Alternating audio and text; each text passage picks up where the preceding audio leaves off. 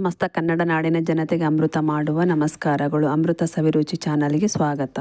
ದಿನಾಲಿ ಒಂದೇ ಥರ ಸಾರು ತಿಂದು ಬೇಜಾರಾಗಿರ್ತೈತಲ್ವ, ಅದಕ್ಕೆ ನಾನು ಇವತ್ತು ಒಂದು ಬೆಂಡೆಕಾಯಿ ಹುಳಿ ಮಾಡಿ ತೋರಿಸ್ತಾ ಇದ್ದೀನಿ ರೀ.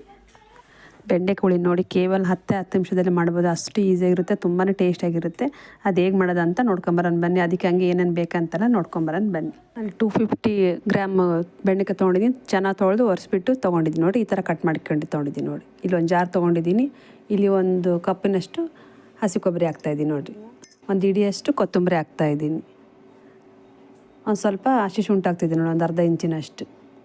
ಒಂದು 2 ಗಡ್ಡೆ ಬೆಳ್ಳುಳ್ಳಿ ಹಾಕ್ತಾಯಿದ್ದೀನಿ ನೋಡಿ, ಸುಲಿದ್ಬಿಟ್ಟು ತೊಗೊಂಡಿರೋದು ಬೆಳ್ಳುಳ್ಳಿ ಹಾಕ್ತಾಯಿದ್ದೀನಿ. ಒಂದು 4-5 ಲವಂಗ ತಗೊಂಡಿದ್ದೀನಿ. ಒಂದು ಸ್ವಲ್ಪ ಚಕ್ಕಿ ಕುಟ್ಟಿಬಿಟ್ಟು ತೊಗೊಂಡಿದ್ದೀನಿ ನೋಡಿ.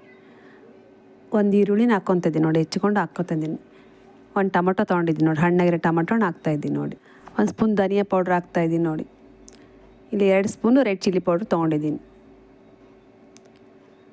ಒಂದು 1/4 ಸ್ಪೂನಷ್ಟು ಅರಿಶಿನ ತೊಗೊಂಡಿದ್ದೀನಿ ನೋಡಿ. ಒಂದು ಸ್ವಲ್ಪ ಕಲ್ಲುಪ್ಪು ಹಾಕ್ತಾಯಿದ್ದೀನಿ. ಸ್ವಲ್ಪ ನೀರು ಹಾಕಿ ತುಂಬ ಸಣ್ಣಗೆ ಆಗೋ ತನಕ ರುಬ್ಕೊಂಬರ್ಬೇಕು ನೋಡಿರಿ. ಭಾಳ ಸಣ್ಣಗೆ ರುಬ್ಕೊಂಬರ್ಬೇಕು ನೋಡಿರಿ. ಈ ಥರ ಸಣ್ಣಗೆ ರುಬ್ಕೊಂಬರ್ಬೇಕು ನೋಡಿರಿ. ಒಂದು ಕಡೆ ತವ ಇಟ್ಟಿದ್ದೀನಿ ನೋಡಿರಿ. ಇವಾಗ ಬೆಂಡೆಕಾಯಿ ಹಾಕಿ ಹುರಿತಾ ಇದ್ದೀನಿ ನೋಡಿರಿ. ಒಂದು ಸ್ವಲ್ಪ ಕಲರ್ ಚೇಂಜ್ ಆಗೋ ಮಟ್ಟ ಡ್ರೈಯಾಗಿ ಹುರ್ಕೊತಾ ಇದ್ದೀನಿ ನೋಡಿರಿ. ನೋಡಿ ಈ ಥರ ಹುರ್ಕೊಬೇಕ್ರಿ. ಒಂದು ಕಡೆಗೆ ಹುರ್ಕೊಂಡಾಯ್ತು ರೀ. ಒಂದು ಕಡೆ ಪಾತ್ರೆ ಇಟ್ಟಿದ್ದೀನಿ ನೋಡಿ.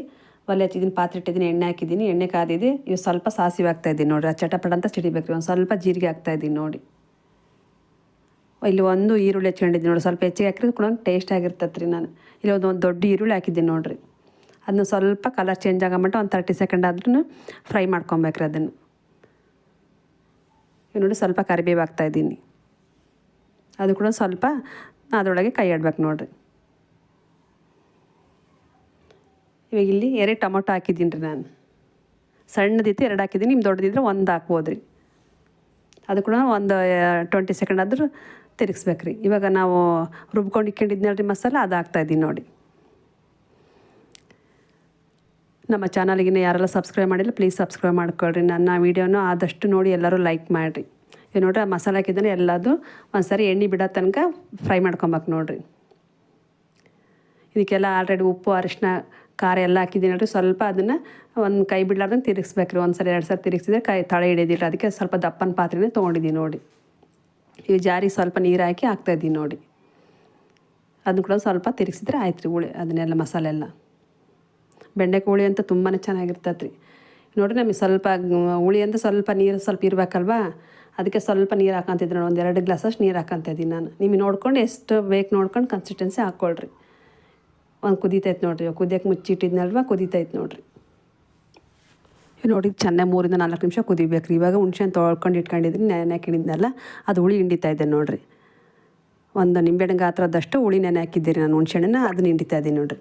ಅದು ಕೂಡ 1 ನಿಮಿಷ ಕುದಿಯೋಕೆ ಬಿಡ್ಬೇಕು ರೀ. ಹುಳಿ ಹಿಂಡಿದ್ಮೇಲೆ ಅದೆಲ್ಲ ಹಸಿ ಸ್ಮೆಲ್ ಹೋಗ್ಬೇಕಲ್ವ, ಹಂಗಾಗಿ ಎಲ್ಲ ಉಪ್ಪು, ಹುಳಿ, ಖಾರ ಎಲ್ಲ ನೋಡಿಕೊಂಡು ಒಂದ್ಸರಿ ಟ್ರೈ ಮಾಡಿ ಇದು ಮಾಡಿರಿ. ನೀವು ಟೇಸ್ಟ್ ನೋಡಿ ಇದು ಮಾಡ್ಕೊಳ್ರಿ. ಇವಾಗ ನೋಡಿರಿ, ನಾನು ಹುರ್ಕೊಂಡು ಇಟ್ಕೊಂಡಿದ್ನಲ್ಲ ಬೆಂಡೆಕಾಯಿ, ಅದನ್ನು ಕೂಡ ಹಾಕ್ಕೊಂತಿದ್ದೀನಿ ನೋಡಿ. ಇದು ಜಾಸ್ತಿ ಹೊತ್ತು ಇದು ಬೇಯಿಸೋದು ಬ್ಯಾಡ್ರಿ. 1-2 ನಿಮಿಷ ಬೇಂದರೆ ಸಾಕ್ರಿ. ಇಲ್ಲಾಂದ್ರೆ ಯಾಕಂದ್ರೆ ಮೆತ್ತಗಾಗ್ಬಿಡ್ತಾವೆ ಬೆಂಡೆಕಾಯಿ.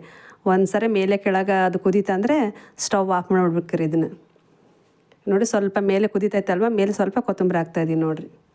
ಒಂದು ಕುದೀತಂದರೆ ಆಯ್ತು ರೀ, ಬೆಂಡೆಕಾಯಿ ಹುಳಿ ರೆಡಿ ಆಯ್ತು ನೋಡಿರಿ. ಇದು ಮುದ್ದೆಗೂ, ಚಪಾತಿಗೂ, ಅನ್ನಕ್ಕಂತೂ ತುಂಬ ಚೆನ್ನಾಗಿರ್ತೈತೆ. ಯಾಕಂದ್ರೆ ಒಬ್ಬೊಬ್ಬರು ಬೆಂಡೆಕಾಯಿ ಡ್ರೈ ಪಲ್ಯ ಇಷ್ಟಪಡೋಲ್ಲ, ಅಂಥದ್ದು ಈ ಥರ ಗ್ರೇವಿ ಇಷ್ಟಪಡ್ತಾರಲ್ವ. ಹಂಗಾಗಿ ಮುದ್ದೆಗೂ, ಅನ್ನಕ್ಕೂ, ಚಪಾತಿಗಂತೂ ತುಂಬಾ ಚೆನ್ನಾಗಿರ್ತೈತೆ ರೀ. ಮಕ್ಕಳು ಕೂಡ ತುಂಬ ಇಷ್ಟಪಡ್ತೀನಿ ಅಂತಾರೆ. ದೊಡ್ಡವ್ರಿಗಂತೂ ಮುದ್ದೆಗಂತೂ ತುಂಬಾ ಚೆನ್ನಾಗಿರ್ತೈತೆ ಅಂತ ಹೇಳ್ಬೋದು ನೋಡಿರಿ. ನೀವು ಕೂಡ ಒಂದ್ಸರಿ ಮನೆಗೆ ಹೆಂಗೆ ಬಂತಂತೇಳಿ ಟ್ರೈ ಮಾಡಿರಿ. ನನ್ನ ವಿಡಿಯೋನ ಲೈಕ್ ಮಾಡಿರಿ, ಶೇರ್ ಮಾಡಿರಿ, ಹಾಗೆ ಕಮೆಂಟ್ ಮಾಡಿ, ಸಬ್ಸ್ಕ್ರೈಬ್ ಮಾಡೋದು ಮರಿಬೇಡ್ರಿ. ಎಲ್ಲರಿಗೂ ಧನ್ಯವಾದಗಳು.